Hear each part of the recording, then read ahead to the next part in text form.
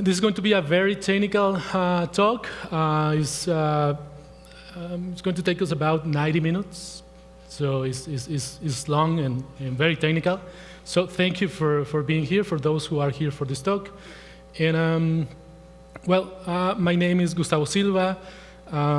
Today we're going to be talking about some of the work we have been doing in the upstream Linux kernel, some hardening work we've been doing over the past 6 years. My work in the kernel community has always been supported by the Linux Foundation, and over the last couple of years also by the Alpha Omega project.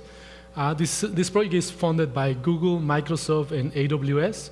So thanks to those organizations for supporting my work in the kernel. Give me a second. Need to plug this.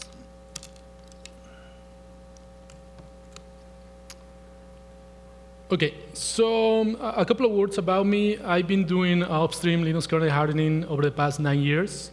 I work in full-time on proactive security. I am a member of the Linux Kernel Self-Protection Project, which is basically the Linux kernel division of the Google open source security team. However, I'm not a Google employee. So the agenda for today is this. We're going to start with some very basic concepts about arrays in the C language.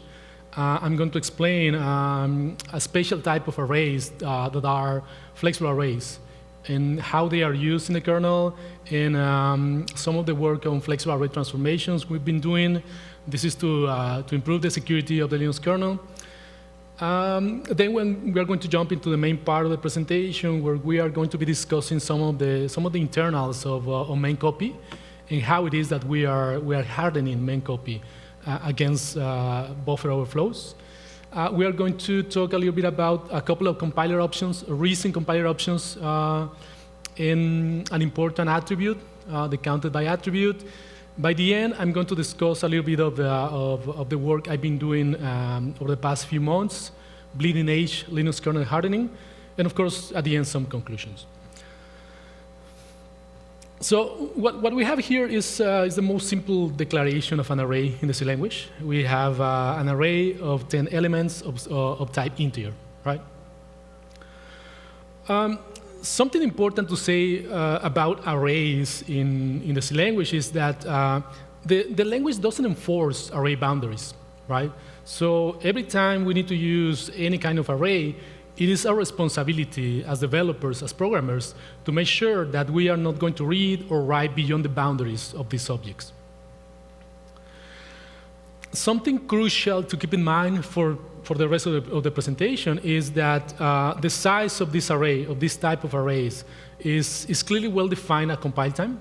So the compiler will know how big, how large this array will be throughout the entire lifetime of our application, right? So this information is going to be known by the compiler at compile time.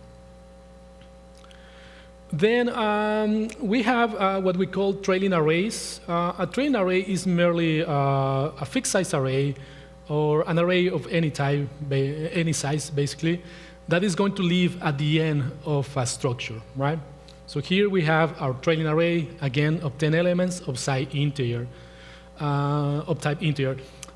Another thing to keep in mind, again, is that the size of this array is clearly well defined at compile time. So this is important information. Then we have this special type of arrays, the flexible arrays. A flexible array is merely a trailing array, which, contrary to the previous example, the size of these objects is going to be defined at runtime, right? And a flexible structure, we are going to say that is merely a structure that contains a flexible array. That is pretty simple. So there are different cases, there are different situations in which the use of this type of objects is convenient. One example of those is, for example, when we need to load some firmware. We are writing this driver, and we need to load some firmware. Sometimes we don't know exactly how large, how big this blob of data is going to be. So in those cases, we can use a flexible array, and we are going to determine the size that we need to allocate for this blob of data at runtime. Another common case is when we are writing networking code. When we write networking code and we need to handle different protocols, we don't really know how large or how big the packets are going to be. So in those cases, well, we are going to determine the size of those packets at runtime, right? The proper technical term for flexible arrays is flexible array members. They were introduced to the language in C99. This, not to be confused with variable length arrays. The syntax is different. So you can see here the syntax for variable length arrays. In the Linux Kernel Hardening project, we've been we enabled the -w VLA compiler option just to keep these kind of arrays out of the Linux kernel because they are prone to error. So yeah, this is a different syntax. So we are not talking about these types of arrays in this presentation. Before C99, people would use, to declare a flexible array or an array which size is going to be determined at runtime, people would use one-element arrays or zero-length arrays, right? This is before C99. However, nowadays, people still using these kinds of arrays, which is not great, and we are going to explain why. So this would be the syntax for a one-element array, of course, and this one for a zero-length array. So one of the requirements to use a C99 flexible array member is that it should be the last member in any containing structure. In this case, this behavior is going to be enforced by the compiler. So if we were to include another member after this array, our code simply is not going to compile, right? Because that's a requirement by compilers. Usually, when we need to use a flexible structure, we also need to include, or it is advisable to include another member that is going to be used as the counter member. So what is the counter member in this case? This is going to be a variable in which we are going to store the total number of items or elements our flexible array member is going to contain at some point at runtime, right? So it's really useful to have this variable in our flexible structure. So now let's see how a flexible structure is used in the kernel. This is an example of how we are allocating certain space. Total size is a variable here where we are going to store the total number of bytes we need for our flexible structure and our flexible array member. Then after that, we allocate, we make a call to kcalloc, we allocate the number of bytes, and at the end, you see that we are updating that counter variable with the total number of items our flexible array member is going to contain. However, this kind of open-coded arithmetic is prone to error, is prone to integer overflows, particularly when it comes to heap allocation. That is really dangerous. So we don't really like to use this kind of code pattern in the Linux kernel. So instead, we would use the struct size helper. So this helper introduces defensive depth against integer overflows during memory allocations. So what usually happens when we have an integer overflow during a memory allocation is that we are going to end up allocating too small space for, in this case, for our pointer, right? And what happens if we run into integer overflow inside of struct size, inside of this helper, is that instead of returning like a very small number of bytes, it's going to saturate. If an overflow happens, the struct size helper is going to saturate up to the maximum value for unsigned integer, let's say. So that's a pretty big number, and when that number is returned, and then we're calling kcalloc, and we are telling the function to allocate that big amount of bytes, the allocation is going to fail. So that's basically the mitigation we have right now against integer overflows during memory allocations in the Linux kernel. So yeah, if you write kernel code, use struct size. Okay, then one day I was doing this work. I was actually looking for all these instances of open-coded arithmetic across the whole kernel tree. And I ran into this piece of code. What is going on here is that we have a zero-length array, and then immediately after this array, we have another member. When I looked into this code, I realized that this zero-length array was actually being used as a flexible array member at runtime. This is some key space was being allocated, and at the moment someone was writing something into this zero-length array, this was going to corrupt the following adjacent member, in this case, RCU head, right? And that's undefined behavior. So originally, the code was not like that. This was introduced later on. So this is a bug. This is undefined behavior, and it needed to be fixed. So the fix is quite simple. We should just move that array to the end of the structure and transform this into a flexible array member. Another thing that we could do is just simply moving the zero-length array at the end without necessarily having to transform it into a flexible array member. However, if we do the transformation, now the next time someone made the same mistake and include a new member after this flexible array, the compiler is going to complain, right? So that code is not going to build, and that's a great thing because now the compiler is helping us to keep these kind of issues out of the Linux kernel.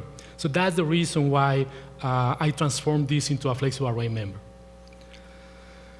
The interesting thing here is that I found this bug in 2019, but it was introduced 8 years before. So this was an undefined behavior bug that was there out in the wild for 8 years. So when I talk about this problem with the leader of the Linux Kernel Self-Protection Project, whose name is Case Cook, he was concerned. He was like, well, you know, probably it might be worth it to actually take a look across the whole kernel tree and find every single instance of a zero-length array and of a one-element array and transform all of those into flexible array members, so that again we can have the compiler help us against these kind of problems. So this was actually the beginning of the effort of flexible array transformations in the upstream Linux kernel. Completing this work took us like 5 years. It's not that simple as just merely removing the 0 or the 1 from the array declaration.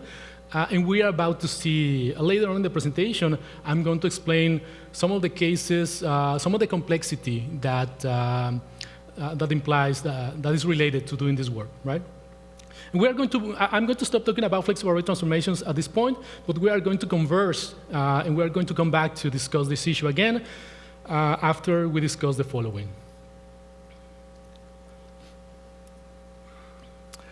I wonder if some of you know or have heard about the bleeding tooth vulnerabilities.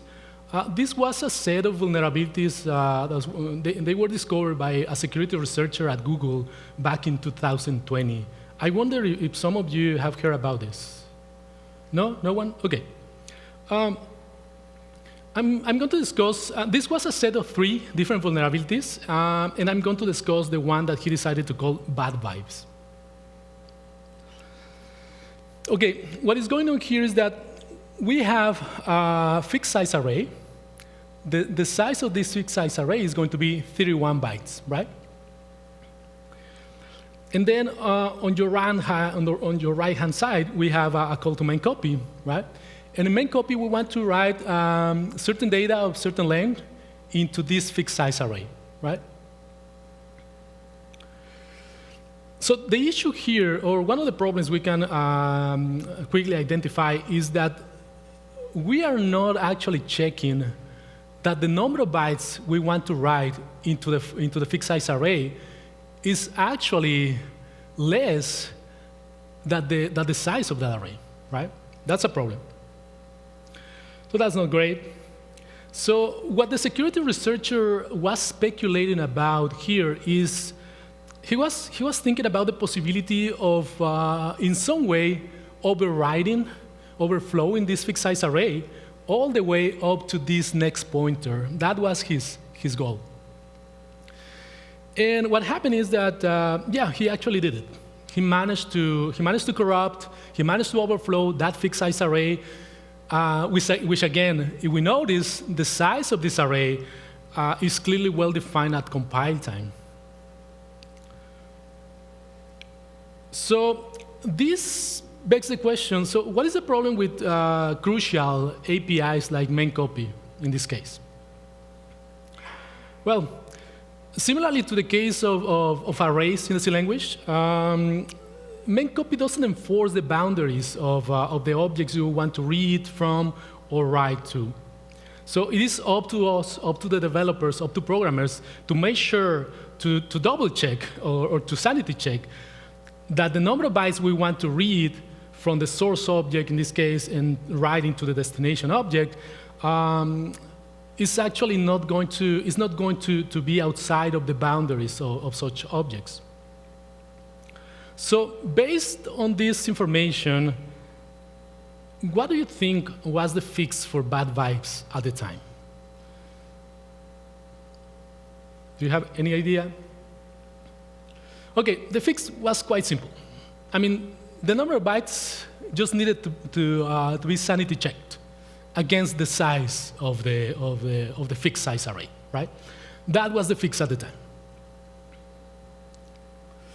Now, let's review the internals of memcpy, and let's see what is the problem with memcpy. What we have here is a simplification of the 45 version of memcpy, even before bad vibes, right? The workforce of memcpy at the time was the building object size compiler function. So what this building compiler function does is that we are going to pass a pointer to an object, and this function is going to return the size of the object this pointer is pointing to. So in this case, we can see that we are passing a pointer to destination and to source, to the source object, and it's going to return the size of those objects. When that happens, then we need to check if the number of bytes we want to read or write into these objects is a constant. If this is a constant, we can actually, at compile time, we can determine if we are going to run into a write overflow or a read overflow, right? So that's the purpose of this piece of code. If that is not a constant, and then we need to check this at runtime, right? And if everything is right, if the size is correct, memcpy is going to fall through to execute the actual copy, right?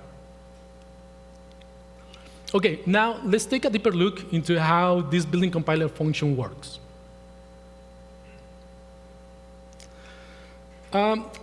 In the kernel, we use this building compiler function in two different modes. Well, one of the arguments that we need to pass is, again, a pointer to an object. And the second argument is a mode. In this case, we can pass either mode 0 or mode 1. In reality, there are 4 different modes, but for the purpose of this presentation and for the purpose of Linux kernel hardening, we only use 2 modes. So in mode 0, it says that this function is going to return the number of bytes to the end of the outer structure. I'm going to explain what this means. In mode 1, it's going to return the number of bytes of the member of the structure, right? So let's see some examples so this is more clear. What we have here, we have a structure struct-foo, and it contains a number of members. And we are going to pass a pointer to the count member. And we're going to pass a pointer to the count member in mode 0 and in mode 1. So in mode 0, this building compiler function returns 16 bytes. That's because it's going to return the number of bytes from the beginning of this object to the end of the containing structure, in this case, to the end of struct-foo. That's the reason why it's returning 16 bytes. And in mode 1, it's going to return the actual size of the object, in this case, 4 bytes.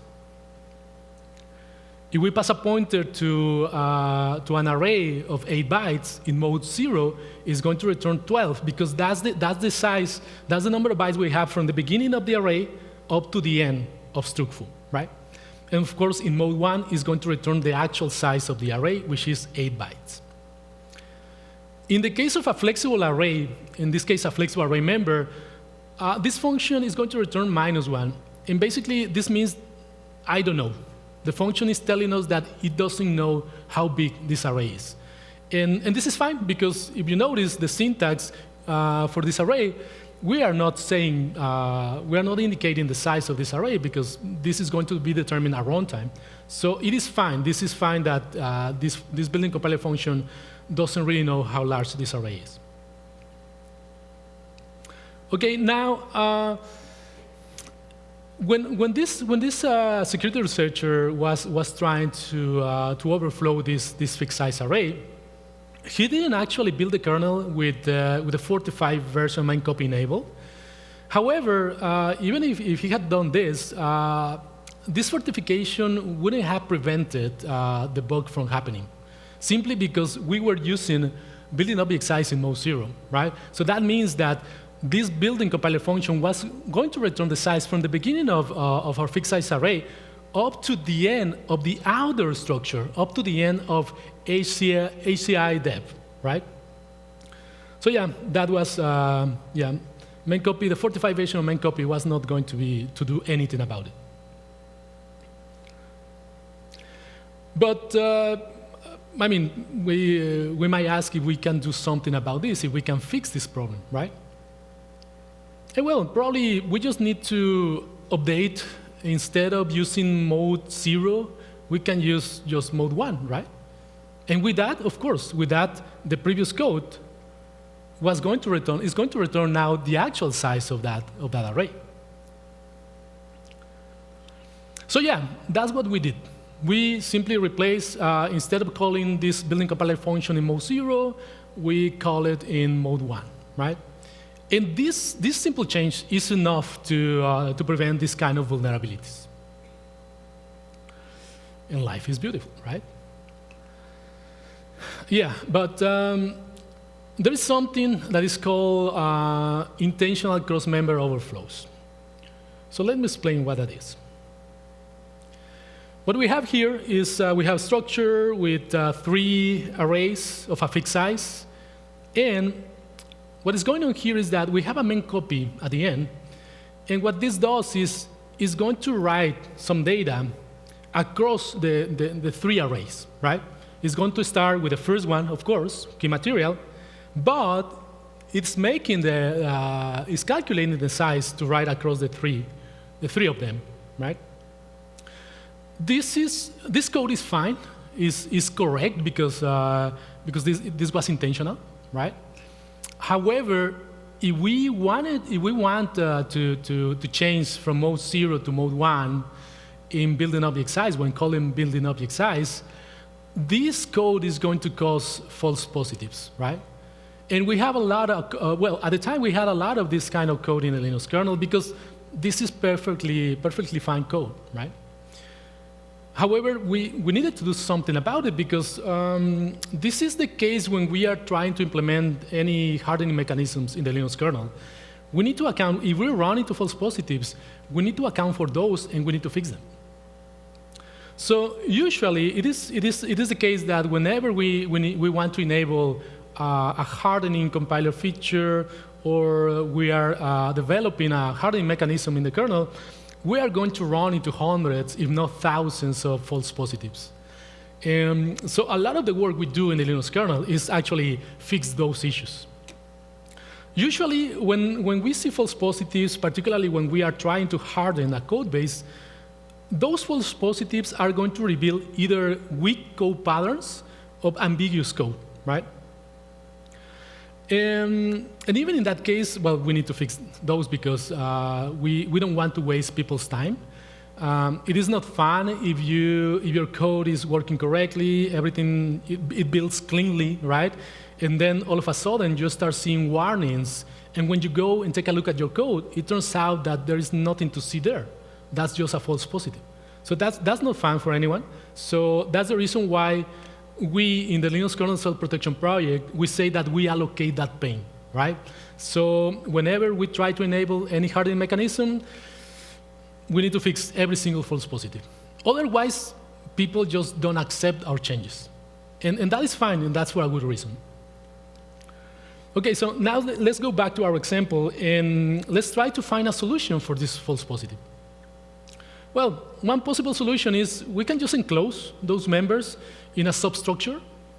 And with that, well, we can just use that new identifier, and we can write into this identifier, right? And the compiler is totally fine with that, because now it has an identifier to check the boundaries of the whole group. So we can just do something like this. Instead of writing directly into key material, now we need to use the identifier to access key material, right? But that is that is code churn, right? And that is something that people don't like in the kernel. So probably we need a different solution. In this case, we came up with the idea of struct group. What happens with struct group is that it also creates an identifier. In this case, TKIP is the identifier. And the advantage is that when we want to access every single one of these arrays, we don't necessarily have to go through that identifier. We can access them directly. So now let me explain you a little bit of the internals of struct group just to tell you how this works. So internally, struct group, we have, well, first, this was created by Case Cook, which is, again, who is, again, the leader of the project, and Keith Packard, which is a friend of the project. And, well, this is a family of helpers, but inside struct group, we have a union, an anonymous union, and an anonymous structure. Thanks to that anonymous structure is that we can access each member directly, right? However, we can also have an identifier for the whole group. And that provides us with the possibility of have array bounce check, or bounce checking on the whole group. So now, instead of open-coded of calculating the size for the 3 arrays, we can just apply sizeof to the newly created identifier, and we can write directly into this identifier. And with that, this false positive goes away, right? And now we can use building object size in mode 1. And, but because we are accounting for the false positive, right? We are fixing the false positive. So that's what we did at the time. We ran into hundreds of these issues, and we used the struct group to fix those. So yeah, now with struct group, we avoid false positives, and we gain bounce checking, and now we can use building object size in mode 1. And life is beautiful again, right? And we were really, really, really happy until something really bad happened. So let's take another look, and let's review again how building object size behaves when we use flexible array members. So again, building object size is going to return -1. Now, let's see how this works if we want to write something using memcpy. If we want to write something into a flexible array member using memcpy, the 45 version of memcpy, okay? So in this case, building object size is going to return -1 because it doesn't know the size of this object. When building object size returns this, we are going to store this value into a variable of type size t, which in its turn, if we are in a 32-bit architecture, the type of size t is going to be unsigned integer. If we are in a 64-bit architecture, it's going to be an unsigned long. In any case, the value that's going to be stored in this variable, in destination size, in this case, is going to be a pretty big number, right? So what happens now is that this condition is always going to be false, right? And then the code cannot sanity check the flexible array, of course. And it goes to fall through all the way to execute the actual copy.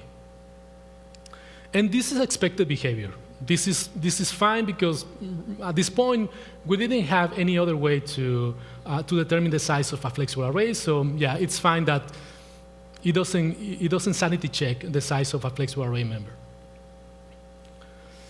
But here's what's really bad. do you remember our training array from the beginning? How this training array is of a fixed size at compile time? And the size of this training array is actually 40 bytes, right? This means that if we were to call building object size and pass a pointer to this trailing array, we should expect building object size to return 40 bytes, right? However, in practice, what we notice with a lot of frustration is that building object size was returning -1. So building object size was treating this trailing array as if it were a flexible array. So basically, building object size was treating any trailing array as if it were a flexible array. And that was really frustrating because what this means is that we cannot prevent, at this point, we cannot prevent an overflow from happening in a trailing array of a fixed size. Even when at compile time, the compiler knows this information, right? So that's frustrating. So yeah, under this scenario, memcpy is not able to do anything against overflows in trailing arrays of any size. So this begs the question, so why? What is going on? I mean, what's wrong with building object size? I mean, the size of this fixed size trailing array is concrete at compile time, so why is the reason that this building compiler function wasn't able to reason about the size of this object? So what we have here is a piece of BSD code. What I want you to notice is that this struct socket address contains a train array of 14 bytes. The thing is that at runtime, this array, the minimum size of this array is 14 bytes. But in reality, it could grow all the way up to 255 bytes, right? And this is actually the reason why building object size was refusing, and that is the word, it was refusing to tell us the actual size of any trailing array, because the compiler people knew that this was a common coding practice, right? It was pretty common for C code bases to implement trailing arrays of any size, in a runtime, use those objects as if they were flexible arrays. So compiler people knew about this. They didn't want to mess with that code, so they decided to intentionally modify the behavior of building object size. So this was basically a feature, not a bug, for them at the time. And this is what they say. They say this, yeah, some code out there is using train arrays as if they were flexible, so we don't really want to mess with that. And however, they recognize that this prevented the correct evaluation of building object size and another important building compiler function, which is building dynamic object size. We are going to talk about this. So yeah, that was the problem. But now that we know the root cause for this, is there anything we can do about this? Well, there are things we can do, and we can do things in two different fronts. We can, of course, on the compiler side, we can fix building object size, and we also needed a new compiler option to enforce compilers to recognize flexible arrays when they were declared as C99 flexible array members, right? This is in the case we had a trailing array of a fixed size, and if we enabled this strict-flex-arrays compiler option, the compiler would know that that trailing array of fixed size is not going to be used as a variable length object at runtime, right? And in that case, the behavior or the functionality of building object size is going to work correctly, right? On the kernel side, and this is where we are coming back to flexible array transformations, in order to enable this strict flex arrays compiler option and enforce the behavior of of the compiler only considering objects of variable length, C99 flexible array members, we needed to complete the work of transforming those one-element arrays and those zero-length arrays into flexible array members. right? So at this point, we realize of the importance of actually completing this work, right, as soon as possible. So yeah, those are, that work is the work of flexible array transformations. So now, strict flex arrays, as you can see, allows for a number of different level values. So let's review the different level values that this compiler option allows for. This was implemented in GCC 13 and Clang 16. So the first level value is 0, which is the default value, which is basically means that everything is going to remain the same. So any trailing array of any size, any concrete size of even a flexible array member is going to be considered a variable length object. So nothing changes at this point. But in level value 1, now any trailing array of fixed size that is not a one-element array and that is not a zero-length array is going to be considered an array of a concrete size, right? And it's not going to be treated by the compiler and by building object size as if it were a variable length object, right? So now we are restricting flexible arrays to only those trailing arrays that are declared as one-element arrays, as zero-length arrays, or as C99 flexible array members. Okay, in level value 2, now we are fixing the problem of one-element arrays. If we enable this compiler option in level value 2, now only zero-length arrays and C99 flexible array members are going to be considered by the compiler, therefore, by building object size, as flexible arrays.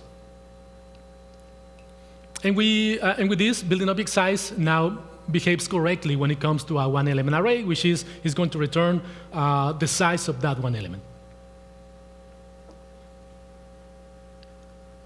Okay, so now, now we are left with the case of zero-length arrays, right? So probably that could be resolved with another level value 3, probably, maybe.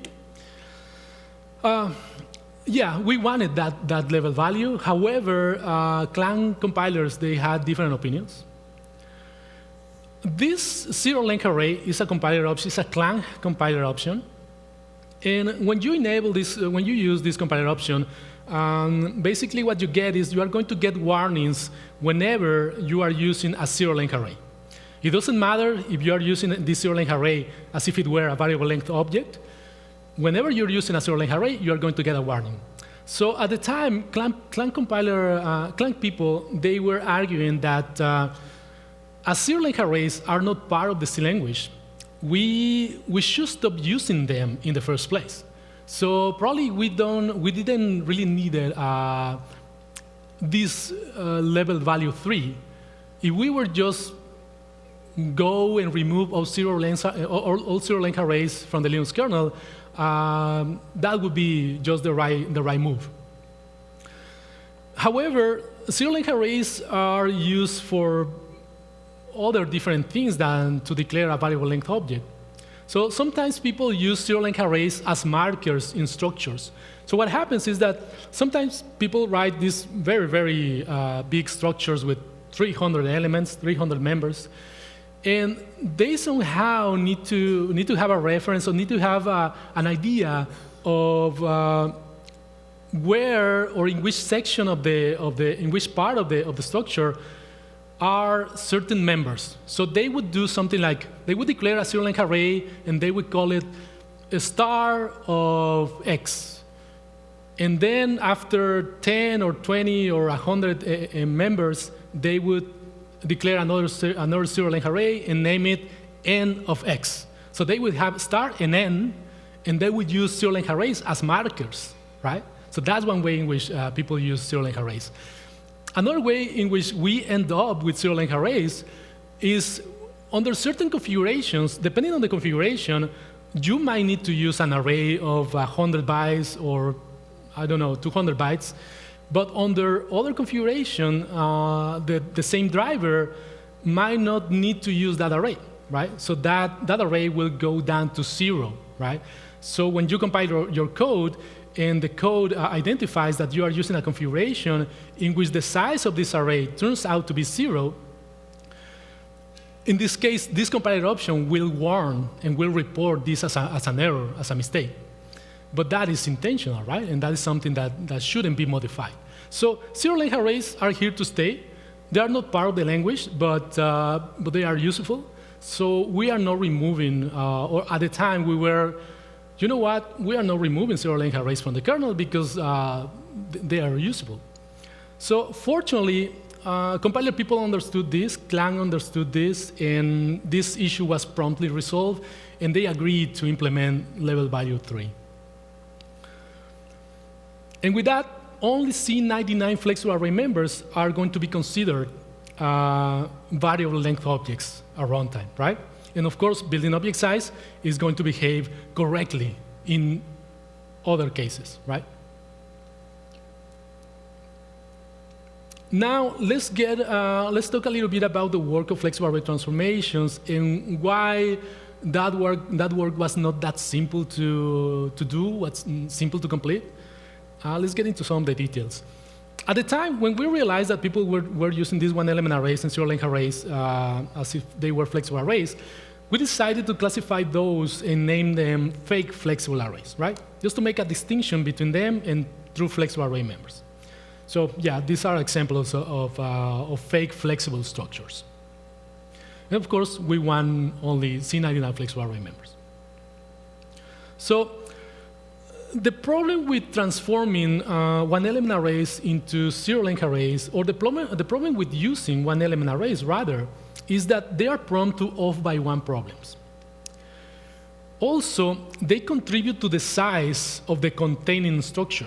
So whenever people need to allocate space for the flexible structure and the flexible array, they need to account for that extra size in the flexible structures. So they usually do something like this. They need to subtract 1 from the counter variable, right? Because we already have one element in the flexible structure. So if they didn't do this, we would be allocating one extra item, right? Which is unnecessary. Also, the reason I say that these are prone to off-by-one problems is because when we transform this one-element array into a zero-length array, into a flexible array member, we of course need to modify the syntax, and we need to remove this one from the declaration of the array. So when we remove this one, the size of struct-flex is going to change, right? And in that case, we needed to find every single instance in the kernel code where the size of operator was being applied to struct-fake-flex, right? And we needed to modify that code because we are updating the size of that structure, so the code is not going to behave correctly. We needed to account for that. So basically, we needed to audit every single line of code where the size of operator was being applied to the structure.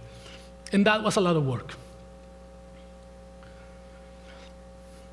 Also, while I was doing this work, I noticed that I could use the array bounds compiler option in level value 2.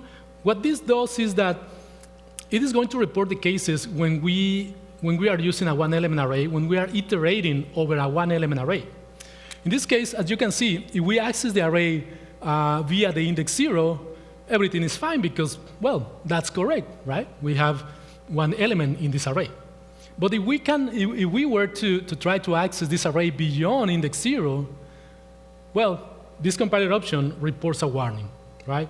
So when I was doing this work, I used this compiler option just to have a list of all the places in the kernel code that I needed to fix immediately.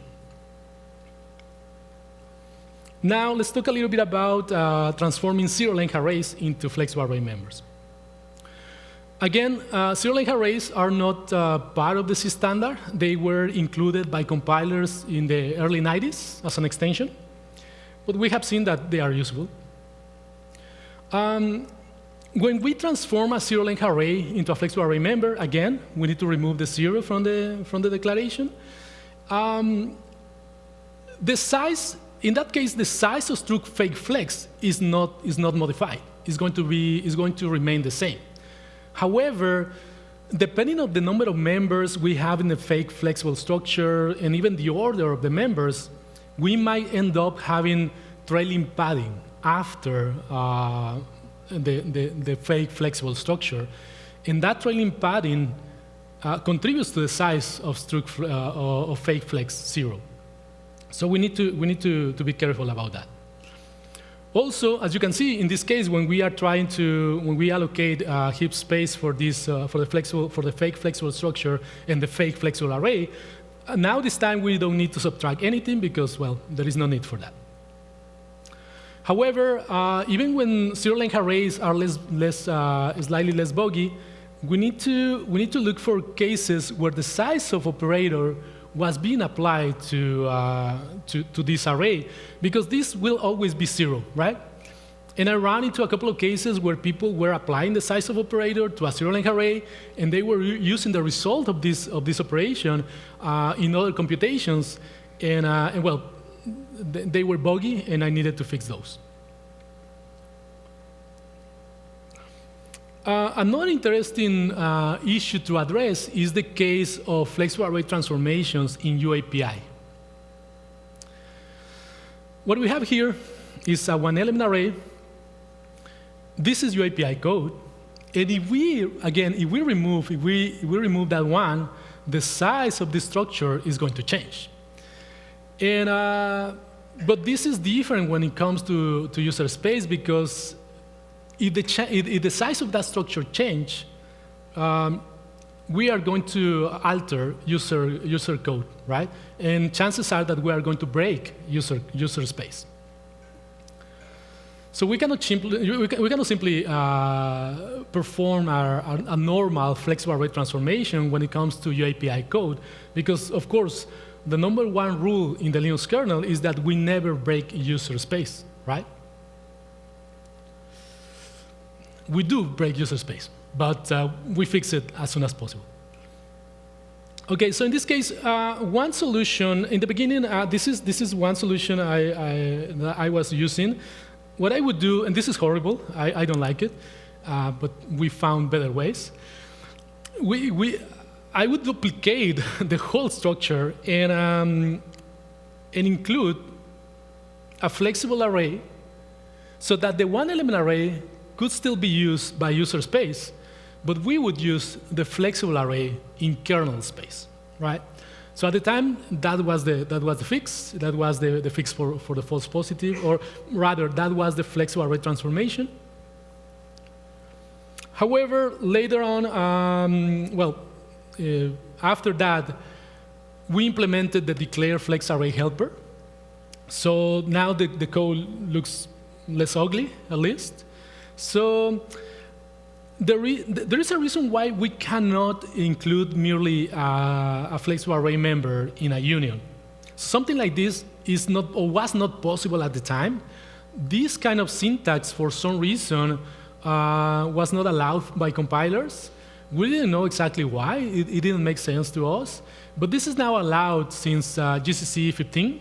So GCC 15 was released earlier this year in April. So, but right now, we cannot use the syntax until GCC becomes the minimal required version to build a Linux kernel, right? So this will probably take like I don't know, 3 or 5 years more. Okay, anyways, right now we need to use declare flex array. Now let's take a look into the trick of declare flex array.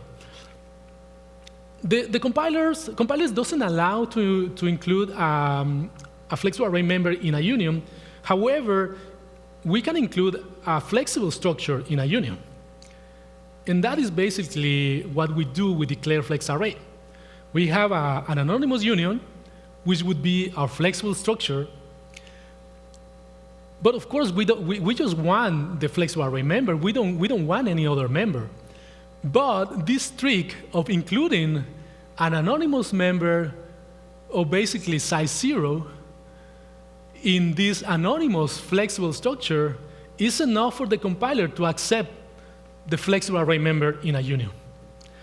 And at times, we need to come up with this kind of tricks when hardening the Linux kernel, because sometimes, as in the case of building object size, returning -1 for trained arrays of a fixed size, the behavior of compilers sometimes make no sense, but there is a reason for that, right? At least in the case of building object size, there was a reason for that. In this case, we don't really found a good reason for that. So that is why the latest version of GCC modified this thing. I mean, they actually fixed this because this was actually a bug. OK, so now we finally enable strict-flex-arrays with level value 3 in Linux 6.5. That was really a great accomplishment for the Linux Kernel Self-Protection Project, because that meant that we completed the flexible array transformations, and only C99 flexible array members are considered variable length objects in the Linux kernel. So the trailing array ambiguity is gone, and that was an amazing thing. So with this, we gain bounds checking via memcpy or functions like memcpy on trailing arrays of fixed size. So from the moment from the first flexible array transformation, which was in 2019, up to this point, there were like between 3 or 4 years, right, of work. Okay.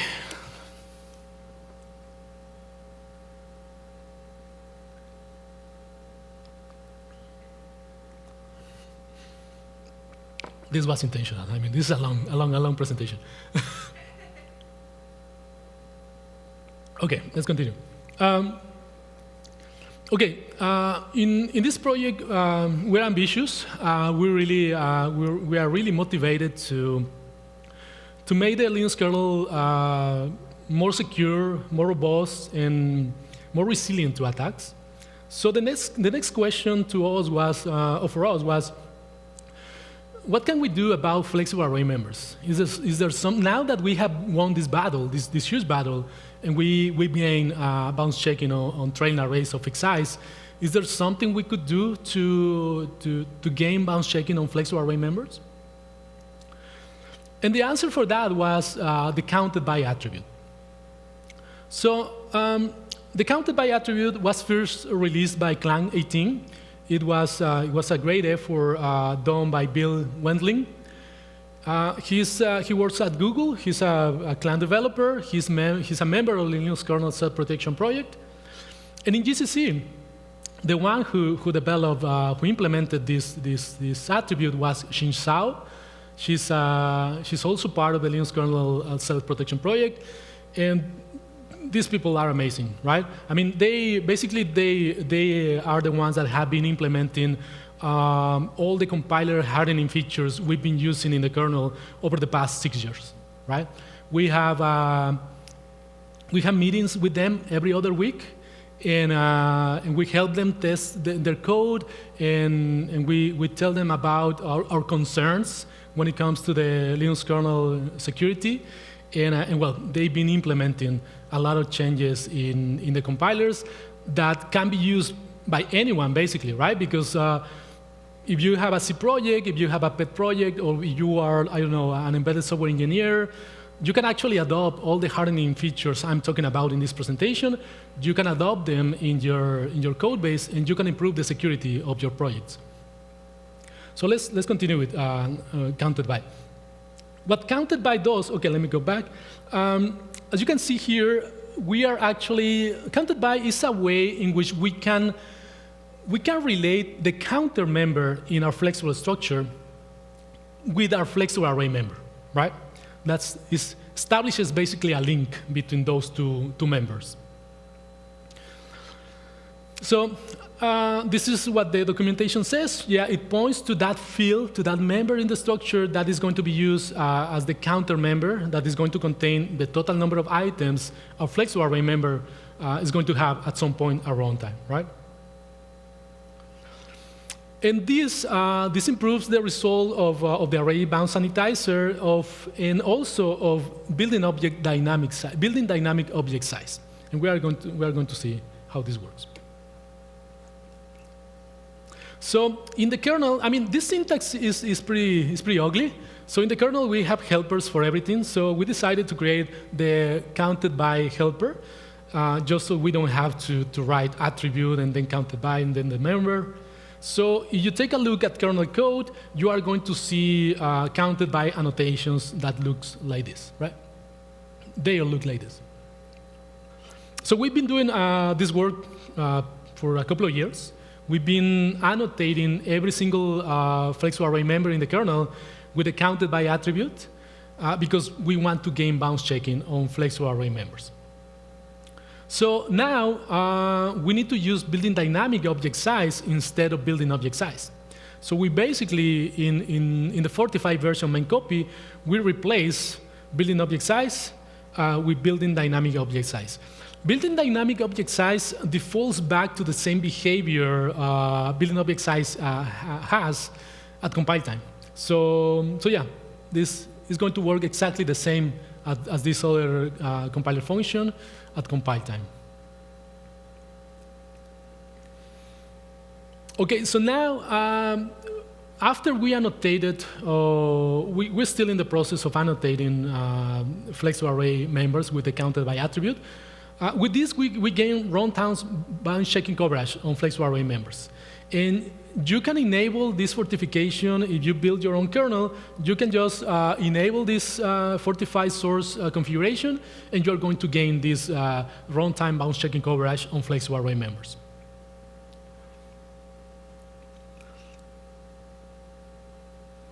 Okay, so yeah, this is the final change in the 45 version of memcpy. And the last year, before this attribute was released, I wrote a blog post where I explained how to use this attribute, basically in EDC code base, and I use Linux kernel code as examples. So what we are going to, well, there is a link at the end. You can check it out. But we are going to review one example of how to use it. There are a couple of important requirements to use the counted by attribute. One of them is that the counter member must be initialized before the first access to the flexible array, right? The second important requirement is that our flexible array member should contain at least count number of elements at all time. And let's review this code. In this case, we have our flexible structure, and we are annotating data, which is our flexible array member, with the counted by attribute. And in this case, data length is going to be the counter.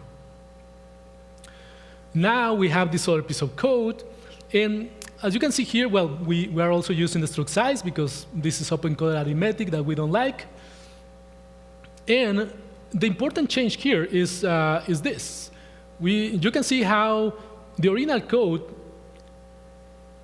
was updating the counter before the first access to the flexible array member.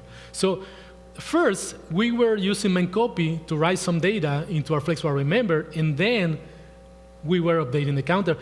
This is a common pattern in the Linux kernel. However, with the adoption of the counted by attribute, this should change, right? So now, first, we need to update the counter. Otherwise, let me explain you what happens here. What is going on here is that we are using kcalloc to allocate the number of bytes we need for the flexible structure and the flexible array member. But kcalloc, what it does is also this function zero out all data space that we have allocated, right? So that means that data length is going to contain a value of 0, right? And if we have annotated the flexible array member with the counted by attribute, and the counter is 0, and we want to write something into the flexible array member, the compiler is going to say, okay, so your counter is 0, so this means that the size of your flexible array member is 0, so you cannot write anything into an object of size 0, right? That is the reason why we need to update the counter first. So now we update the counter, and now the counter has the number of items we have allocated for the flexible array, and now the compiler evaluates this and allows for the copy to happen, to take place, right? Okay, now what is coming is the counted by for pointers. This is coming right now. This is actually, there is a hyperlink there. You can check it out. Case Cook submitted this patch series a couple of weeks ago. So this is very, very bleeding edge Linux kernel hardening. So as you can see now, we are going to be able to annotate pointers in structures, right? And that is an amazing thing. This is going to be supported by GCC 16, and right now we are in Clang 21, so this is already supported in Clang 20. But it's coming in Clang 16, probably next year. No, probably, yeah, for sure next year. Okay, so up to this point, I have discussed how the evolution of array bounds checking, not only in the Linux kernel, but mainly in the C language, thanks to important compiler hardening features implemented by these people that I mentioned. And well, I show you here all the hard work we've been doing over the past 6 years in the Linux kernel. So now let me tell you a little bit about the recent work I've been doing. I've been working on trying to enable this other compiler option, Wflex-array-member-not-at-end. I've been doing this work over the past couple of years. It's a lot of work. So okay, so what is going on here? First, when I built the kernel with this compiler option, I saw more than 60,000 of these warnings. So the vast majority of those are false positives. And actually, only about 1% of them are unique issues. And why we see like thousands and thousands of these warnings, that's because, okay, let me first tell you what this compiler option does before I tell you more about it. Okay, what this does is that it's going to detect when we have flexible array members in the middle of composite structures, right? And the reason why this is a warning and this is a problem is because if you remember, one of the requirements to use a flexible array member is that it should be the last member in the containing structure. And the reason for that is because we don't want following adjacent members because we are going to override those members when we use the flexible array, right? So all of a sudden, it doesn't really make sense that that is possible if we have instances of flexible structures in the middle of other composite structures. We are going to run into the same problem. However, we are not going to see that in this presentation, but like a couple of hours ago, I presented for 40 minutes, I talked for 40 minutes about the work of flexible array or fixing these kinds of warnings, and I mentioned how this is actually common in the Linux kernel. People intentionally have flexible arrays in the middle, and they intentionally override members, right? But that is buggy code. That is weak code, and we need to fix that. We need to modify that. And I've been working on this over the past couple of years. Well, I was saying that the reason we see thousands and thousands of these warnings, even when we have just about 1% of unique issues, is because usually we are going to have dozens of these instances in headers, and those headers are going to be included in probably hundreds of C files or hundreds of other headers, and that's the reason why they multiply, right? And they turn into thousands and thousands of warnings, right? But in reality, we have just like 650 unique issues. Okay, these are examples. I managed to classify all those 650 unique issues into 4 main categories. These are some examples. If you are curious and you want to take a look, those are hyperlinks, and you can check them out. Also, if you want to know more about this effort in particular, you can check my presentation of earlier today. And well, let's jump to conclusions. So we had the problem of bad vibes-like bugs and unintentional cross-member overflows. So that is fixed if we update, we change from building object size in mode 0 to building object size in mode 1. But now with the adoption of the counted by attribute, instead of using building object size, we use building dynamic object size, right? Then we run into the problems of a lot of false positives with intentional cross-member overflows. So that is solved by the struct group. We can use struct group to fix all those false positives.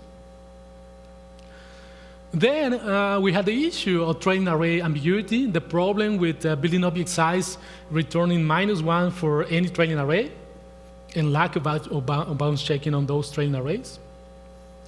That is fixed by transforming every single instance of fake flexible arrays into proper C99 flexible array members, and of course by enabling strict flex arrays in level value 3, which is the strictest value for this compiler option. Then we had the problem of bounds checking on flexible arrays. That is solved by adopting the counted by attribute, and of course using building dynamic object size. This is supported starting with GCC 15 and starting with GCC 18. Then we had the problem of lack of bounds checking on pointers in structures, and that is going to be fixed by counted by pointer. Which, by the way, let me tell you that this is not a new attribute. This is rather a helper we use in the kernel. The attribute is going to be the same. It's going to be counted by. However, as this functionality is coming, right now we needed a way to distinguish between the previous functionality that only allows for annotations of flexible array members and the new functionality that is going to allow also to annotate pointers, right? So in the meantime, we needed to use a different helper. But at some point, when GCC 16 and Clang 20 become the minimum required version to build the kernel, we are going to switch back to only use counted by, right? And we are going to remove this helper. Then we have the problem of flexible arrays in the middle. So that is going to be fixed when I finally complete the work of enabling this compiler option in mainline, right? This is work in progress, the same as the previous case. The annotations on pointers is work in progress. So when it comes to the last compiler option, I have a clear strategy on how to complete this work. It's still a lot of work because I have to fix case by case, and that implies also a lot of political work.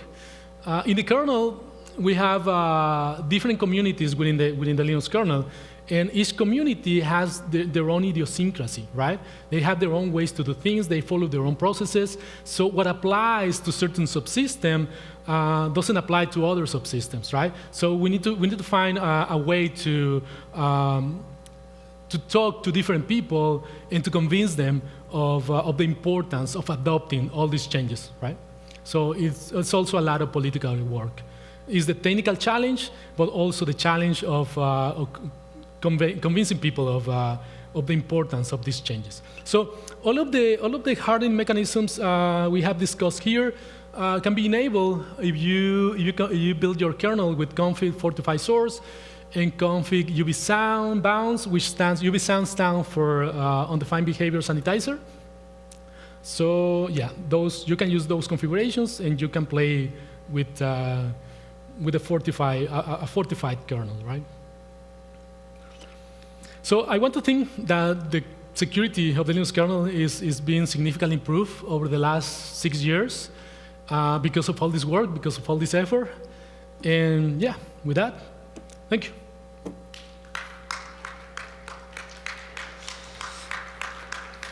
And thank you. And I'm happy to answer any questions. We still have time.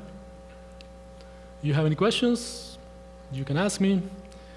And if not, I'm going to be around the rest of the day, so you can ask me anything you want. Well, thank you.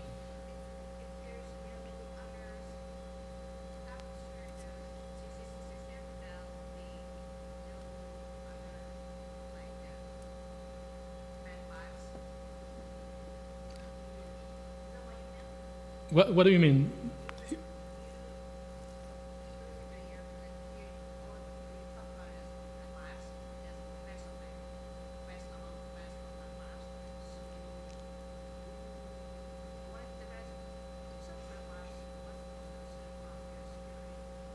Oh no! Well, I use bad vibes just to illustrate how a lot of this work started, right? Because usually, I mean, if you notice, if you remember, the work of flexible array transformation started when I ran into 8-year-old bug, right?